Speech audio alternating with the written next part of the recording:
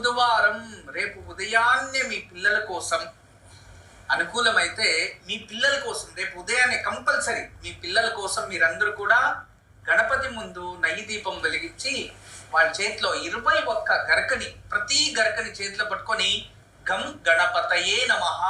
స్వామి గణేశ, నాకు సద్బుద్ధి మంచి విద్యాభ్యాసాన్ని నాకు ప్రసాదించు.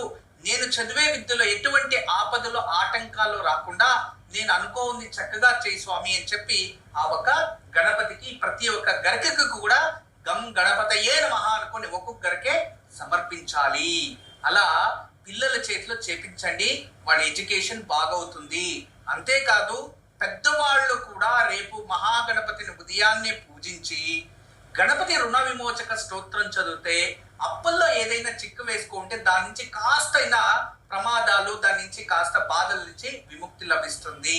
ఏదో దగ్గరలో గణపతి దేవాలయం ఉంటే అక్కడే వెళ్ళి గణపతి దేవాలయంలో కొబ్బరి నూనెతో 2 దీపాలు దూరంగా ఎక్కడైనా వెలిగించి ఆ దేవాలయంలో కూర్చొని చక్కగా గణపతి రుణ విమోచక స్తోత్రాన్ని పారాయణం చేసుకొస్తే ఇంకా అద్భుతమైన ఫలం ప్రాప్తిస్తుంది.